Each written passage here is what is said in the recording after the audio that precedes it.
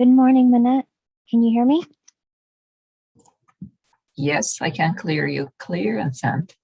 Oh, perfect. Thank you so much. Thank you.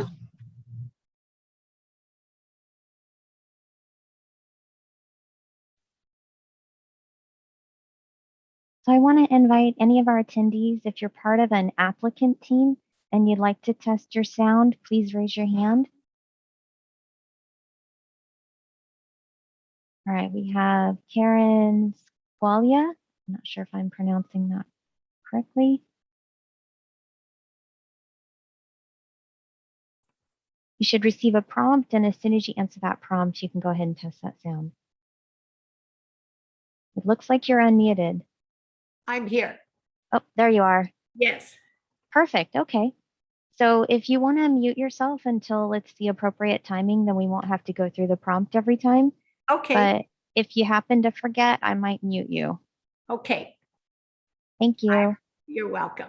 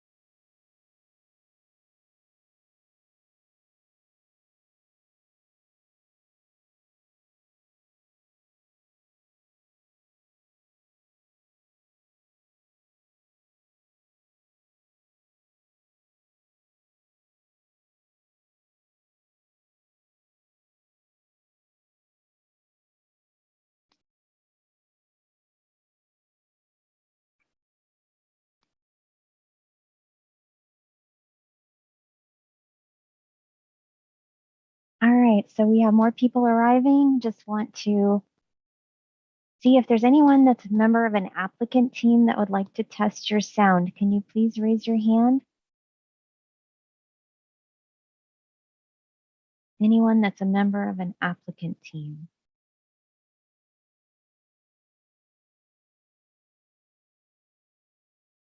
All right, so we're still pretty early. We'll give everyone time to log on. Thank you.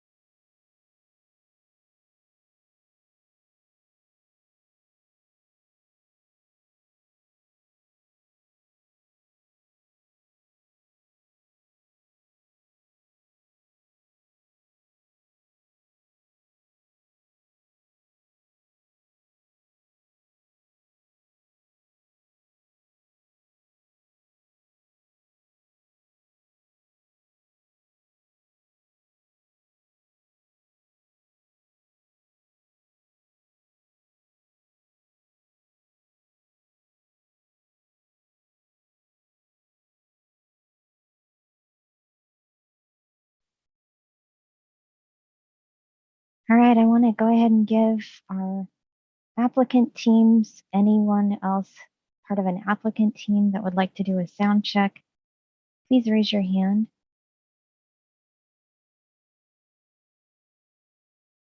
All right, we have, let's see, George. Forgive me, I'm not going to attempt your last name, but you can certainly let us know.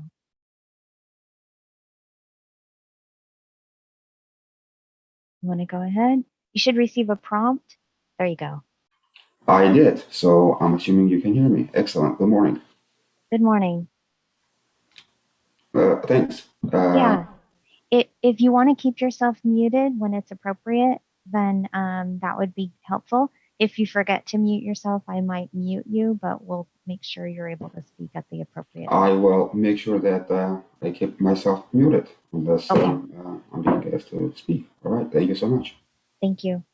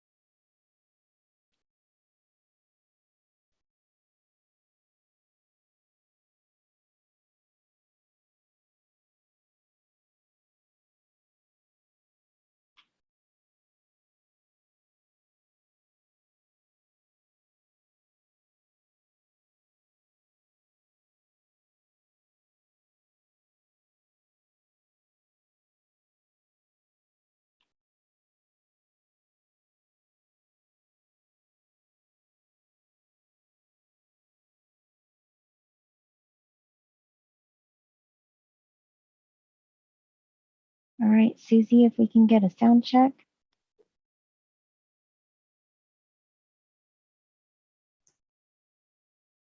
Good morning, Kimberly. It's Susie. Can you hear me? We can. Sounds good. I'm going to go on mute just for a couple minutes and I'll be right back.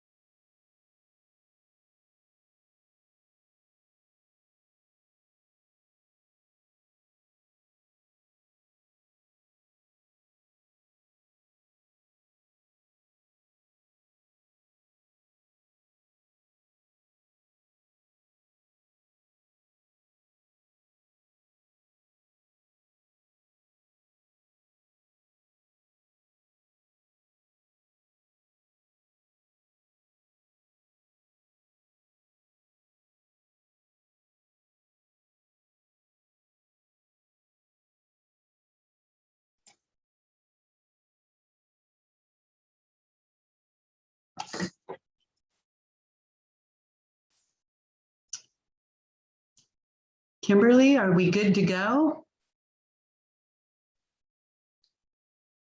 I think we are.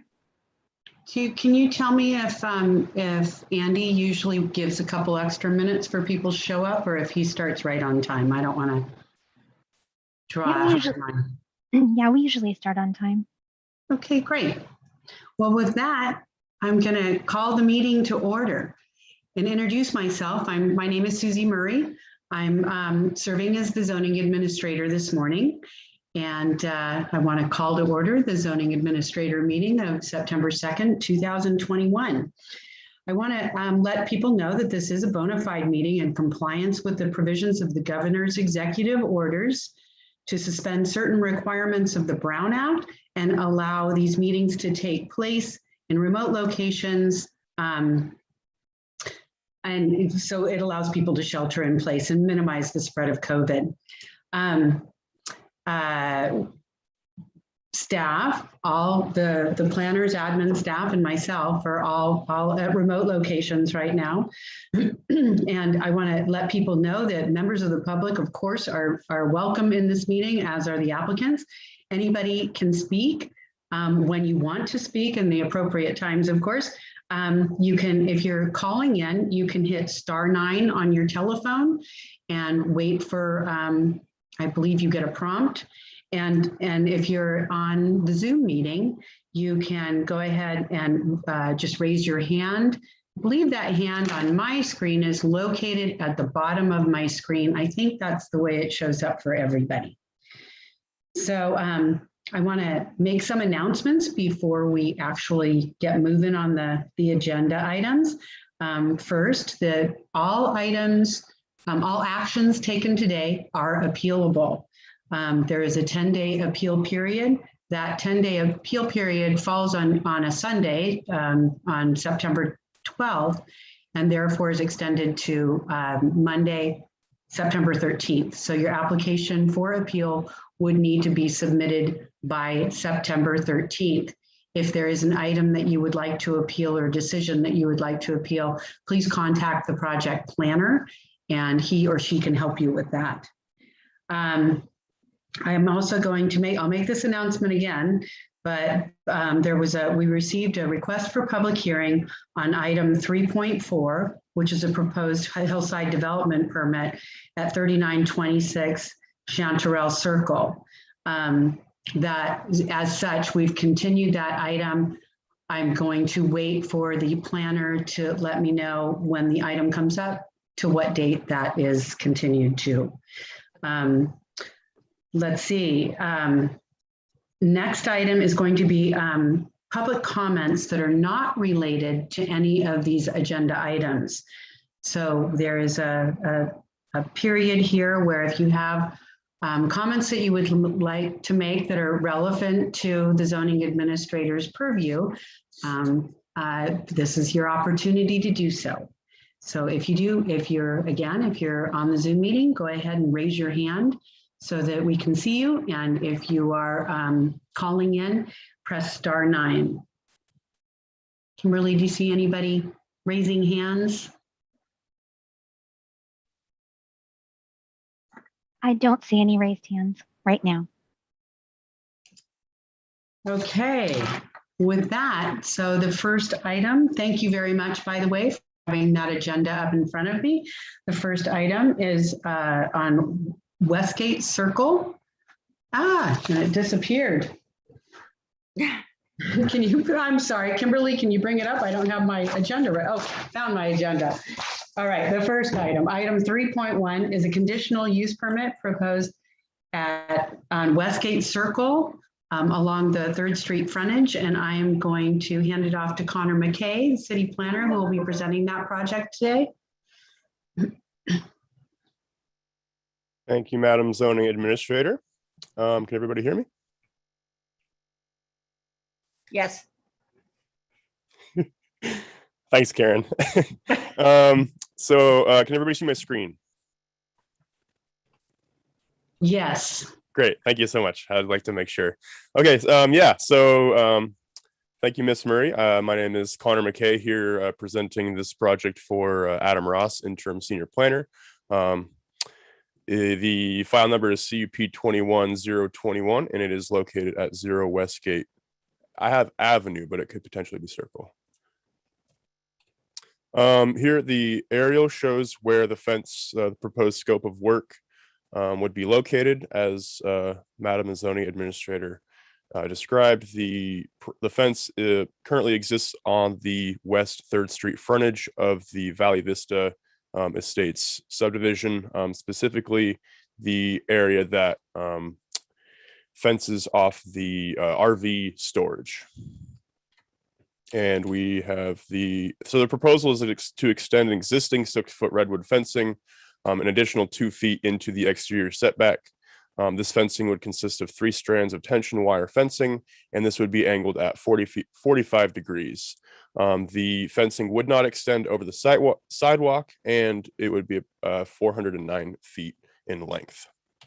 And then this, I don't know what happened to the quality of this image. I think it might have gotten blown up a little bit, but it basically just identifies, again, a little bit more zoomed in, that the northern project site frontage is the area of proposed work. So here is kind of a little side view of what the fence would look like. On the left side of the diagram would be the, I believe, the side that is facing the sidewalk, whereas the right side is the inside. But Karen might be able to speak to that a little bit better in her remarks after my presentation. So there we have kind of an illustration of what the tension wire fencing would look like. I just want to reiterate, this would not be barbed wire, because barbed wire is not allowed in residential zoning districts. So this would basically just be to provide security, because the site has been experiencing problems with trespassing and vandalism and theft. So this would hopefully reduce that issue. We have here photos of the existing fence as it stands now, and obviously there's signage that is posted that trespassers should keep out, but this has proven unsuccessful in deterring these acts. The project qualifies for a Class 3 categorical exemption under the California Environmental Quality Act, in that the project consists of the construction of a small accessory structure, including fence. We did receive one public comment that the proposed tension wire fencing resembles a bit of an institution, and we appreciate this comment, and we do recognize that this is not necessarily the most perfect aesthetic for a residential area, but this is, I think, a great alternative to continued vandalism. And seeing as there's no barbed wire proposed, it complies with city standards for fencing, assuming approval, accounting for the approval of a minor conditional use permit. And with that, the Planning and Economic Development Department recommends that the zoning administrator approve this 2-foot addition to the existing fence for security improvements, consisting of approximately 409 linear feet of tension wire for the property located at 0 Westgate. And I also want to make a note that the APN in the original resolution was incorrect, and that has since been updated to reflect the accurate APN. And I'm available to answer any questions. My name is Connor McKay, city planner, and Karen, the applicant, is also available, and she would like to make some remarks as well. Thank you very much, Connor. And Karen, I'm going to let you go ahead and make your remarks. And if you could just clarify, Connor, if you could back it up to slides number 5 and 6 and just kind of toggle between them as necessary, where that tension wire, will it be pointed towards the street or towards the storage area? The tension wire will be strung between, as you can see on the fence there, between the 2 supports. The reason why we're going with the 45-degree angle is because we firmly believe that this would be less easier to get over the fence with the angled toward the street. towards the street, opposed to a lattice work that would be straight up, and all they need was to just scale another 2 feet than what they are already doing. The tension wire would go between 2 of these posts. The angled part is where the 3 strands of tension wire would be. The pole part will not be seen at all from the street. All you'll see is the top portion, which is see-through. So it is less obtrusive in my mind than what a solid piece of whatever would look on that fence. There are also no residential homes viewing this fence. All the closest residential homes are the Valley Vista 3 development.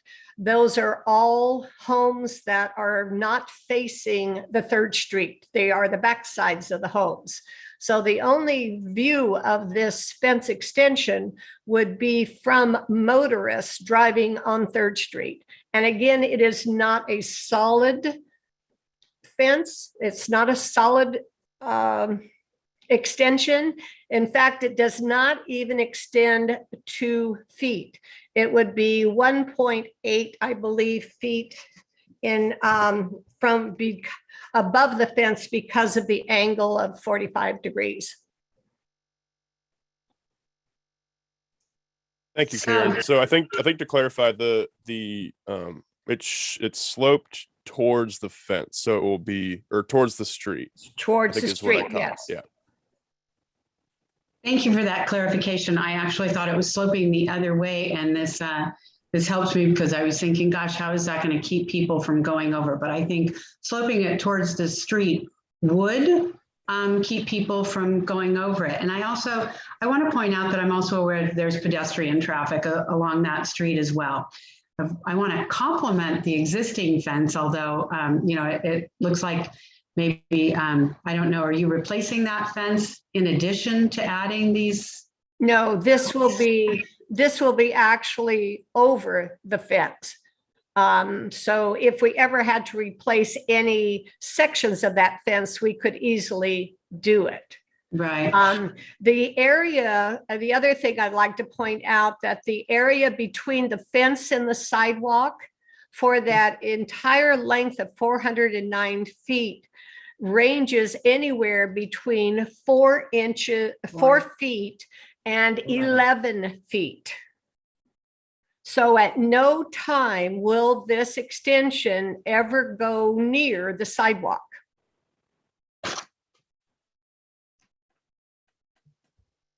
I reviewed the resolution and the plans prior to the meeting and the public comment. And the only thing I didn't understand again is the direction of the angled addition. Okay. I think it makes a lot of sense.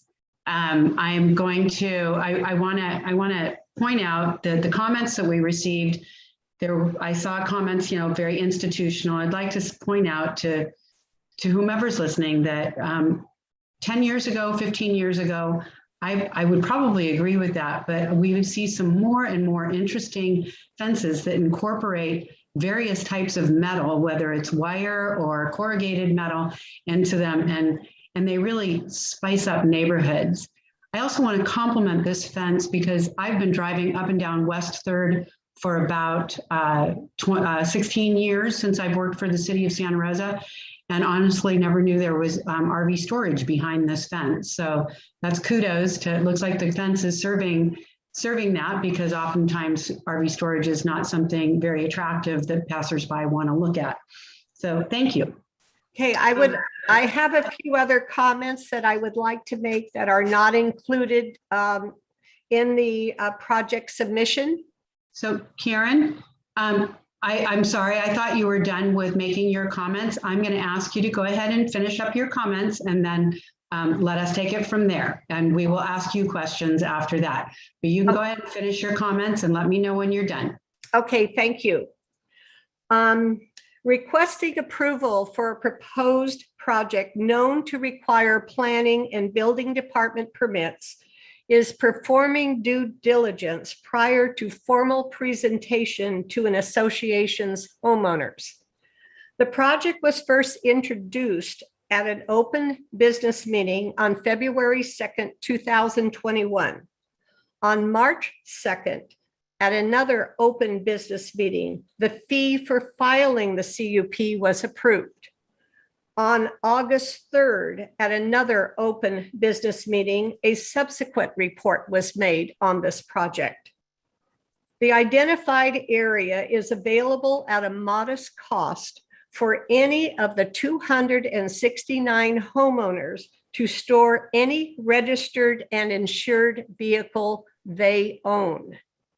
Civil Code provides the common interest development the ability to charge a fee for an amenity that is reasonably related to the cost of operating that amenity.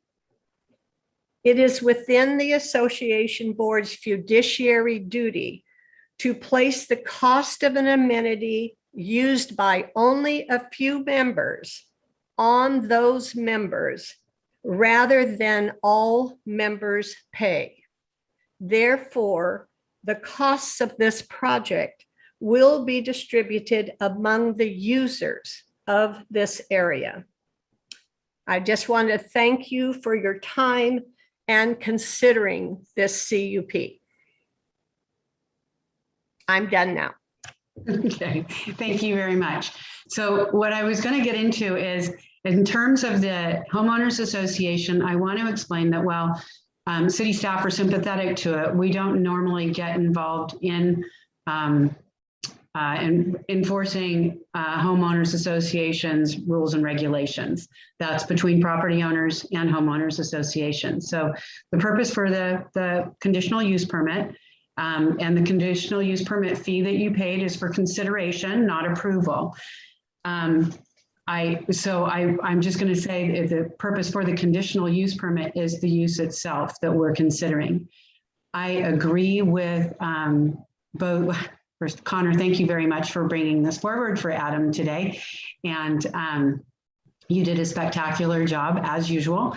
And I am inclined to approve the fence. I think we added, did you add an additional condition on that resolution, Connor? Oh, yes. Sorry, I forgot to mention that. The condition was added to remove any remaining barbed wire that might be present at the existing fence.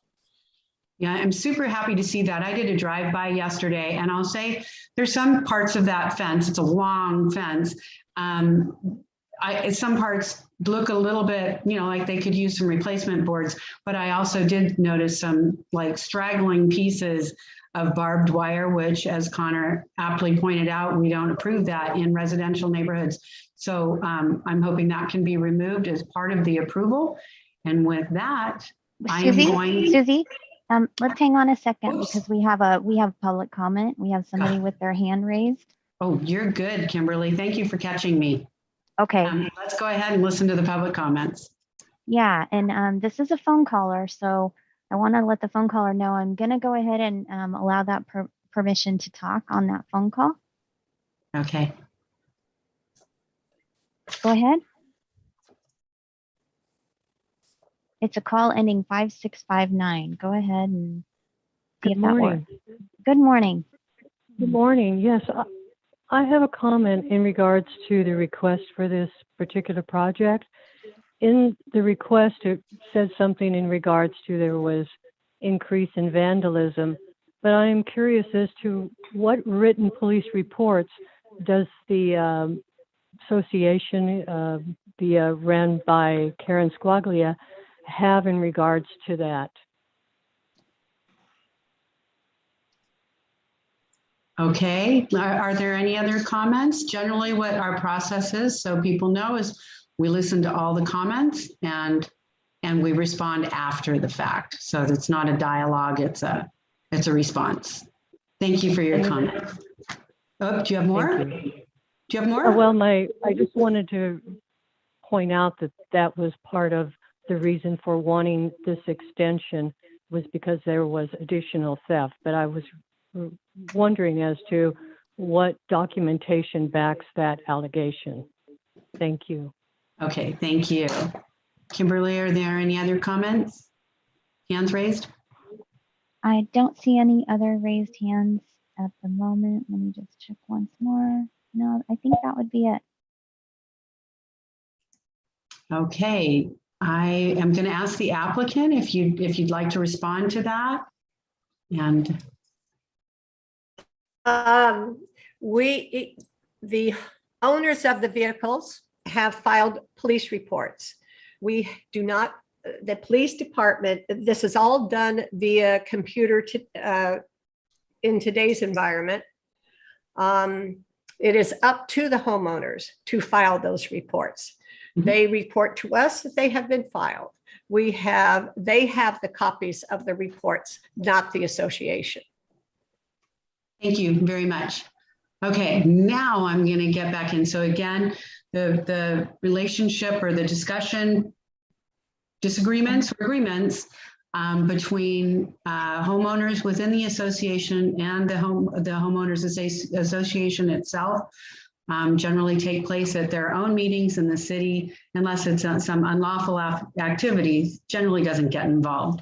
So thank you very much I appreciate the question. I appreciate the answer and the participation in the public process very much. So now, I'm sorry. We do have another question that popped up in our chat. okay, and let's go ahead. Let me see what it says. Hi, everyone. We've had people hop the brick walls very easily. What can you do regarding people easily jumping the brick walls? Karen, I think I'm going to defer to you on that as well. Does your design include some sort of block on those brick posts? To my knowledge, there have been no breaching of the perimeter fencing other than in the RV area. I am not aware, because as you have seen traveling down this road on 3rd Street, there are numerous homes that extend along that street as well. To my knowledge, there have been no breaching of that fence into personal property or the common area behind those homes. The only area that has been breached is the RV park. That is why we are proposing to put the fence any further than the RV parking area. Thank you very much. Kimberly, are there any other hands raised? I don't see any more chats. I don't see anything else. Okay, now I'm going to close the public comment period. So I'm going to go back. If there is additional fencing that's needed, I would encourage residents to contact the homeowners association, and that can come forward at another time. For now, for this project, the scope of this project, as conditioned, I'm going to go ahead and approve the fence extension. And I hope that resolves the security problem. I received several emails from not just people who have put their RVs in that area, but some of the neighbors to that area that are very thankful for the additional security. So with that, it's approved as conditioned. Thank you. And now I think we can move on to item 3.2, which is a proposed conditional use permit at 921 Sebastopol Road. Again, Connor McKay will be the planner presenting on behalf of Adam Ross. Go ahead, Connor. Thank you, Madam Zoning Administrator. Let me bring up my slideshow real quick.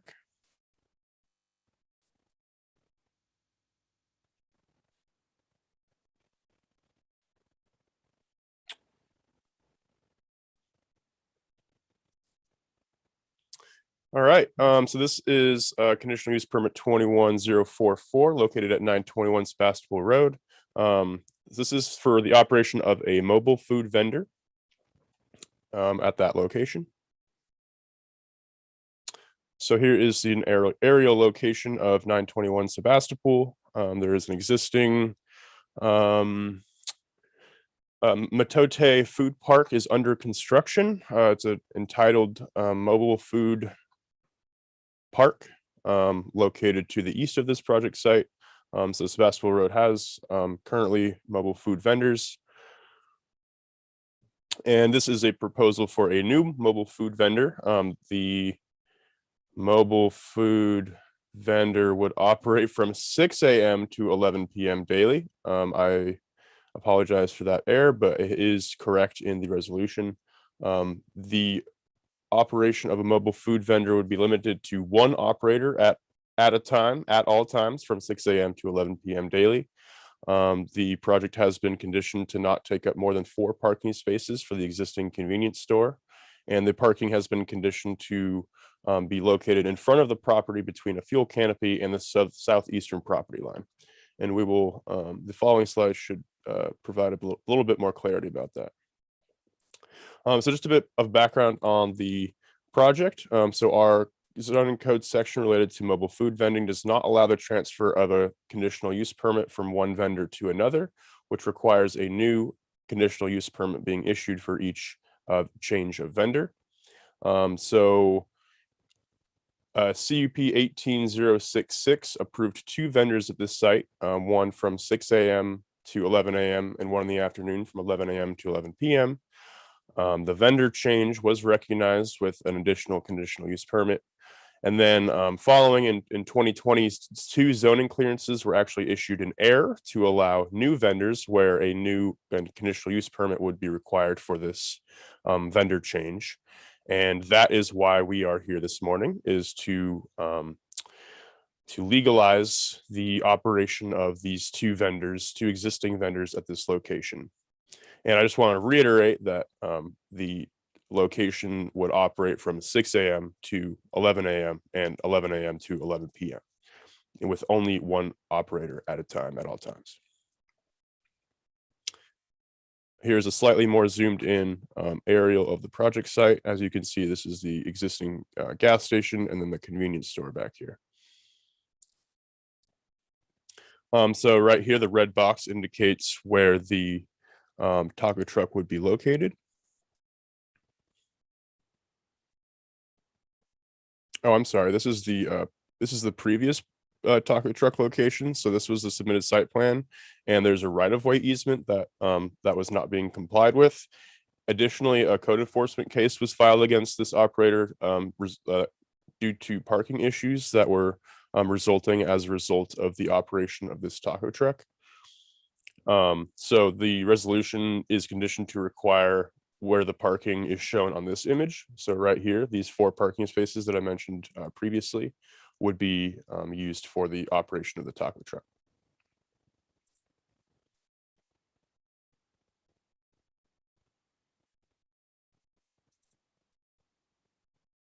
So we received a comment from the convenience store operator, and the concern expressed was that there was a lot of parking on their property and other neighboring properties, and it was creating a hazard, parking and site access and just overall congestion due to the parking of the proposed project.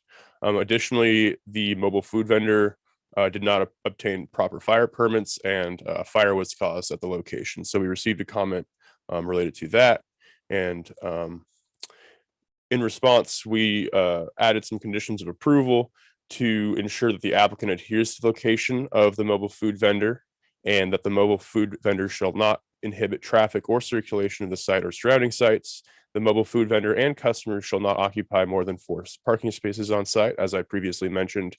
And the customers for the mobile food vendor should not park on neighboring properties. The mobile food vendor is also required to comply with all fire department codes and standards, as well as other applicable local, state, and federal codes. There's another comment I wanted to make, but it slipped. So move on. And then in terms of the California Environmental Quality Act, the project qualifies for a class 4 categorical exemption under section 15304, and that the project consists of a mobile food vendor, which is a minor temporary use of land having negligible or no permanent effects on the environment. And with that, the Planning and Economic Development Department recommends that the zoning administrator approve this minor conditional use permit to allow Jalapeno Mexican Grill or a mobile food vendor to operate from 11 a.m. to 11 p.m. and then have another mobile food vendor operate from 6 a.m. to 11 a.m. at 921 Sebastopol Road. I apologize for the Frankensteining of that statement, but let me know if anything needs to be clarified or explained further. And I do not believe the applicant is in attendance to make any comments or respond to questions. I think, did we have we changed any of the conditions or anything since it was posted?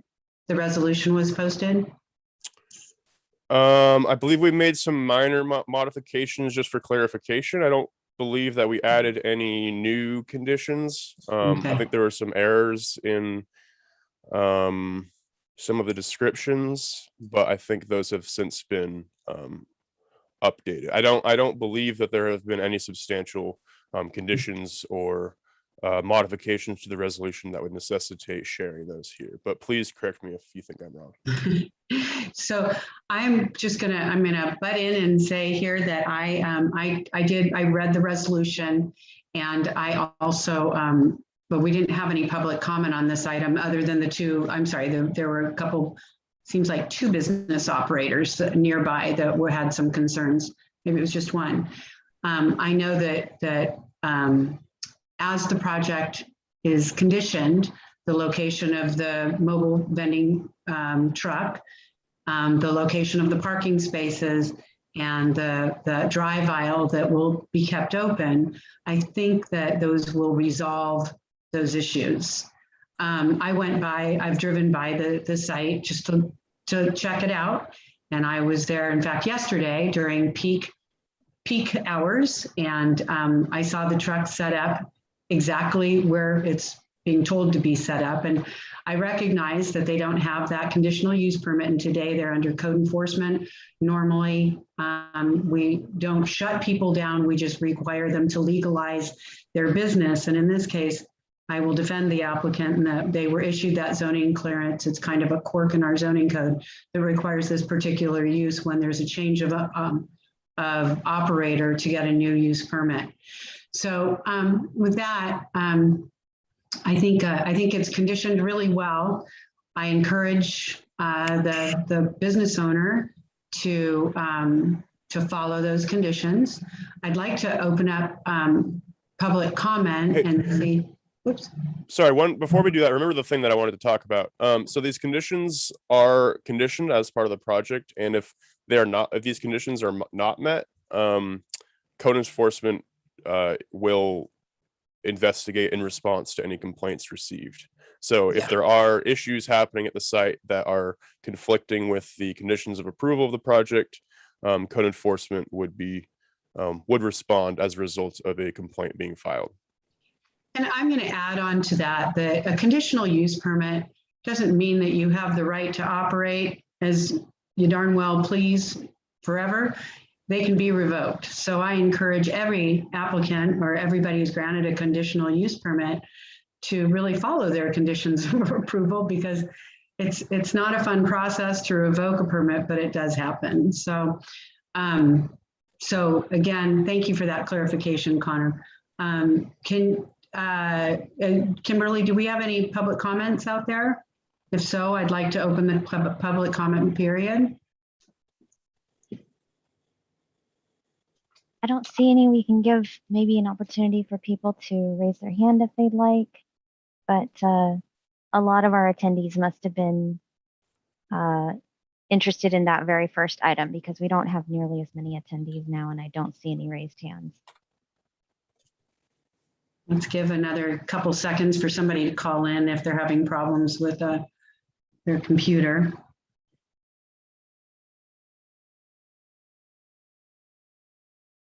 No action yet, huh? Nope, I don't see anything. Well, then I'm going to close the public comment period and thank Mr. McKay once again for an outstanding presentation. I appreciate you looping back and talking about the code enforcement very much. Again, I think the project is conditioned. I think it allows the safe operation of the food truck. I would make sure when we give a copy of that, or when we notify the food truck operator, that the Foster's Freeze parking lot is for Foster's Freeze patrons, not for his. And it's up to him to remind his patrons of that. I've also reviewed the findings, and I think the findings can be made, safely be made. And this area is one area that's in the city that's approved for mobile vending trucks, and one of my favorite places to go and eat. So with that, I'm going to say I approve this project as conditioned, and thank you very much. Connor, you have a nice day. I'm going to introduce the next item, 3.3. Thanks, everybody. For a minor conditional use permit located at 374 Yolanda Avenue. The project planner is Monette Chicali, and I'm going to hand it off to her to give us the presentation. Thank you and good morning, Ms. Murray. So I'm going to share my screen right now. Okay, there you go. So the project is called, I'm not sure if I'm pronouncing it correctly, but I will do my best, Bruggen Holding Incorporated. This is a minor conditional use permit, file number CUP 20-025, and as you mentioned, located at 374 Yolanda Avenue.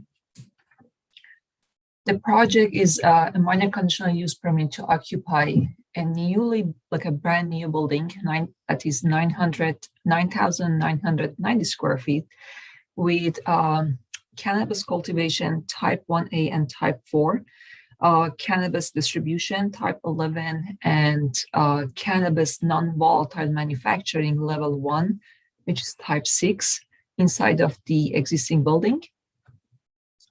Here are some pictures from this building. It has never been occupied before, so this tenant will be the first tenant occupying this building. The site is zoned IL, which is light industrial, and the general plan land use is also light industry. The site plan, there is no changes in the approved site plan as the building was constructed. Everything will stay same. The access will be from Yolanda Avenue. Parking is provided on site. And here is the floor plan for each type of use. The blue area is the floor plan for cultivation, which is less than 5,000 square feet. That's why this is a minor. If it was more than 5,000, it would be a major conditional use permit, but it's less than 5,000. The purple area is being used for distribution, and the orange area, which is Suite C, is for manufacturing, non-volatile. So because it's a cannabis project, the applicant has to provide documents related to odor mitigation and security. And the applicant has provided an odor mitigation plan that is certified by an engineer to mitigate for odors inside of the building and anything outside. Also, the applicant has provided plans that shows the security cameras on site and professionally monitored alarm system and secure storage. And also the project is subject to building and fire permits, and the applicant has to obtain the required permits to meet with those building and fire codes requirements. And just to mention that notice was mailed out to neighbors within 600 feet, and I have not received any comments or email from anyone in the public. And this project has been reviewed in compliance with the California Environmental Quality Act, and it qualifies for 2 exemptions, Class 1 and Class 3. It is an existing building and there are minor modifications to an existing facility. And with that, the Planning and Economic Development Department recommends that the zoning administrator by resolution approve a minor conditional use permit for the property located at 374 Yolanda Avenue. And below is my information, and I know the applicant, George, is available to answer any questions that you might have. Thank you. Thank you. I do have one question. I'm sure, George, you could probably answer it pretty quickly for me. I'm just curious about in the distribution point, what the plan is with vehicles. I see you've got plenty of roll-up doors. Is the plan to bring those vehicles inside, roll down the doors, or and do the transfer then? Yes, hi there. I wasn't sure if I should raise my hand or not, but I did anyway. And yes, the solution here is, well, number one, we do have that outside gate that is going to provide additional security. But yes, any loading, unloading, any transactions would be occurring inside of the building with the roll-up door closed. Great. And so we are going to assign one roll-up door for that purpose only, for the vehicles to be able to drive inside, and then we're going to close the roll-up door and conduct our business. Thank you very much. That's exactly what I was hoping to hear. Thank you. I'm real familiar with this location over there. This is kind of a booming development area with some housing going in right across the street from you, and an In-N-Out Burger along Santa Rosa Avenue. So it's kind of in an area where industrial, commercial, and residential all converge. I think the use is a pretty low traffic generating use. I think it's a use that makes sense in this corridor. I want to thank Manette for making a beautiful presentation, as always. And I have reviewed all the findings and the conditions of approval. We haven't received any public comment. That's not uncommon for this area. So as planners, it's really up to us to look out for the public that don't, the silent public. And I think that Manette has done that in a very well-conditioned project, as has the fire department. So with that, I'd like to open up public comments. Are there any hands raised or callers wanting to chat? I don't see any raised hands, and I don't see anything in the chat.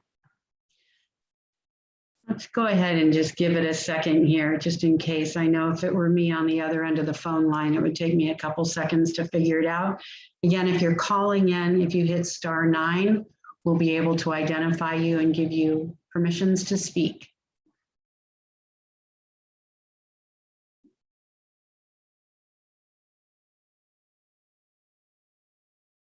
Still nothing, Kimberly? No, I think most of our attendees, like I said, were probably here for the fence. Gotcha. I'm glad that was first. Okay, so with that, I'm going to go ahead and close the public comment period. Compliment Manette again. You did a fabulous job. Miss Murray, I have just remembered something I wanted to talk to you about. The Exhibit 8 for this project has a date for the plans different than the days that I have received final plans, which is May 20 of this year. But the Exhibit A has a date that is from December or September of 2020. I was wondering if we can revise them and have the correct date for the final plans and floor plans submitted on the Exhibit A and change it to make it all consistent to the project. So, I'm going to say that a lot of times this comes up, and my guess is because this building is already constructed that engineering development services didn't have a lot of new conditionings and new conditions in the public right away. I am not comfortable changing their document I will assume that their plans, the plans that they were looking at were close to in terms of, at least the site plan, maybe not the floor plan, but the site plan hasn't changed. Is that correct, considering it's a constructed building? Yeah, there is no changes to the site plan. It was mainly inside of the building for changing the floor plans for each use. So George can confirm that they are not making any exterior and no site changes to the existing site. Yes, absolutely confirmed. Thank you, Monet. Okay, that's fine. I don't think we need to change it. I think we need to reference the date of the Exhibit A. Engineering Development Services has a site plan that matches the approved set of plans.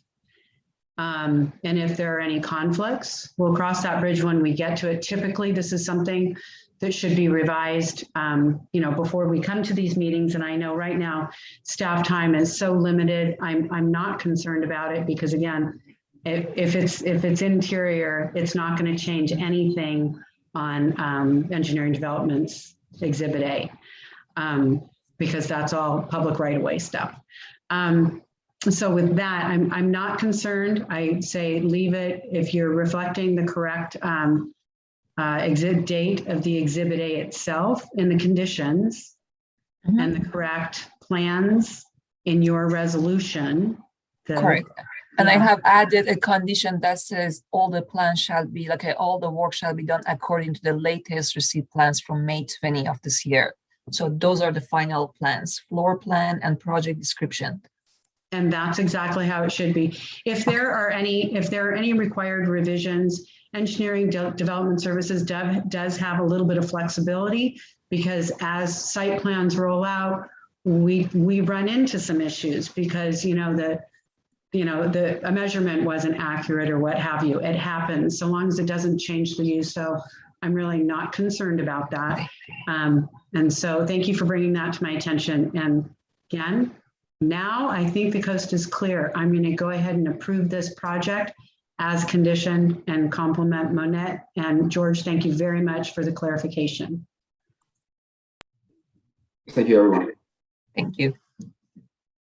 So I'm going to save if there are any members of the public that are still listening in that I want to reiterate. Oh, wait, I've got to get to item 3.4. Public hearing. Yes, item 3.4. Is for a hillside development permit for the property located at 3926 Chanterelle Circle. And Monette, if you could just explain the public hearing process and when we're going to hear that item again, if we know. Okay, sure. So the project has been scheduled for the next ZA meeting, which is on September 16. And the project has been already notified, prepared a notification for it. The notices should be mailed out on September 6th. And an on-site sign, it seems, has been already posted because the applicant has sent me an email that on-site sign is already posted, but it should be posted for sure prior to September 6th or on that date. And also a notice will be published in Press Democrat also 10 days prior to the meeting. And again, the project will be presented at the zoning administrator meeting. So I will present that to zoning administrator on 16. And there was one person who requested that public hearing. So we moved it to the certain day, September 16. Thank you very much. So just for any members of the public that are listening, because we have continued this item to a date certain, which is September 16th, there is no additional noticing except for the delta between public hearing and public meeting, which includes a notice in the Press Democrat and an on-site sign. Sounds like Monette and the applicant have worked together in achieving that. So great. I'm going to applaud you for getting such a quick turnaround. Normally I have seen them bump out to 2 meetings, so we have adequate time for noticing. But great job. All right, so now can we move past that? I guess I should ask, is there anybody here that is or that's on the meeting call that is here for that item? And would like to speak, in which case you could raise your hand or hit *9.